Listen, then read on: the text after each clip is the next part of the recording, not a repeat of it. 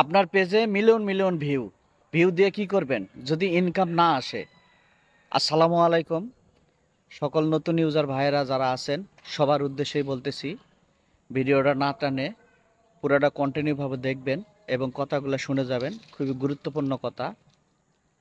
আমার এক কলিগ আছে, আমার এক ভাই, সে একটা পেজ খুলছে, পেজ চালাচ্ছে। তো মোটামুটি 5-6 মাস হয়ে গেছে সে পেজটা চালায়। তার পেজে মিলিয়ন মিলিয়ন ভিউ, 5-6 মাসে প্রায় 18,000 প্লাস হয়ে গেছে তার ফলোয়ার। তো হঠাৎ করে আমার একদিন পেজটা তার দেখালো, আমি দেখলাম তার পেজে এখনো পর্যন্ত স্টার সেটআপও পর্যন্ত আসে নাই। তো পরে আমি বললাম যে আপনার 18,000 প্লাস ফলোয়ার এবং 1.7 মিলিয়ন ভিউ, পরে প্রায় 3-4টা ভিডিওতে এরকম, তো আপনার এখনো পর্যন্ত স্টার সেটআপ দিল না, কারণটা কি? তো পরে তার পেজে আমি ঢুকলাম, ঢুকে দেখলাম তার পেজে নিজস্ব কোনো ভিডিও নাই, সম্পূর্ণ ভিডিও মানুষের ভিডিও।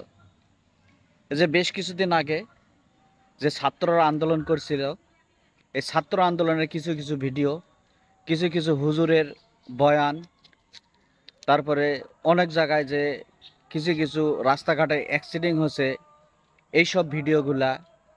তো এইসব ভিডিওগুলা সে লোড করে করে তার প্রোফাইলে, তার পেজটাকে একবারে লোড করে দিছে।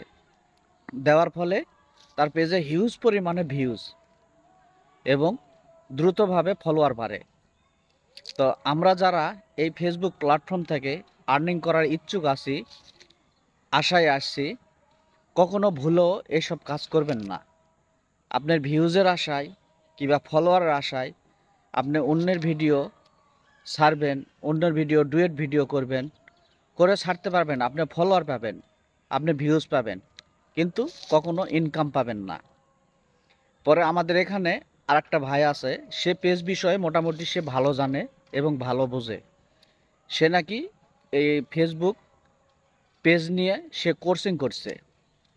তো তার কাছে সে পেজটা দেখাইছে এবং তার পরামর্শে সে এগুলা কাজ করছে। পরে আমারে বিস্তারিত বলল।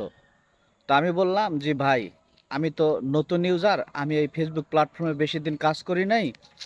তো তারপরেও আমি যতটুক বুঝি এবং যতটুক জানি, এই জ্ঞান থেকে আমি বলতেছি, আপনি যে ভিডিওগুলো ছাড়ছেন, আপনার যে ভিডিওগুলো করছেন, এইসব ভিডিও থাকলে জীবনেও আপনি মনিটাইজেশন পাবেন না, কোনো সেটআপই পাবেন না।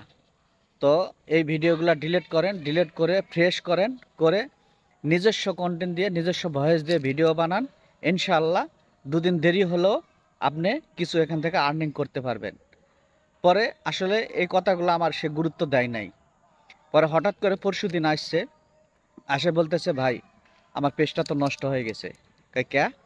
না, তো আমার পেজে পলিসি ইস্যু দিয়ে দিয়েছে, স্ট্রাইক মারছে, তো আমি নতুন করে আবার একটা পেজ খুলছি।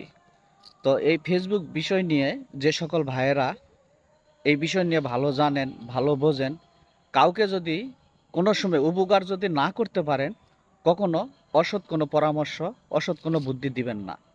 কারণ এই ভাইটা এই পেজটার পিছনে মোটামুটি 6 থেকে 7 মাস খাটছে, তার পরিশ্রম করছে, করার পরে আজকে তার পেজটা বাতিল হয়ে গেছে।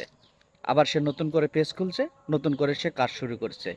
আমি বলছি নতুন করে পেজ খুলে নতুন করে কাজ শুরু করেন, ইনশাআল্লাহ হয়তো 2 দিন সময় লাগলো, আপনি এখান থেকে ভবিষ্যতে কিছু করতে পারবেন। তো আমরা যারা নতুন ইউজার, ভুলেও আমরা কখনো এই কাজগুলা করব না।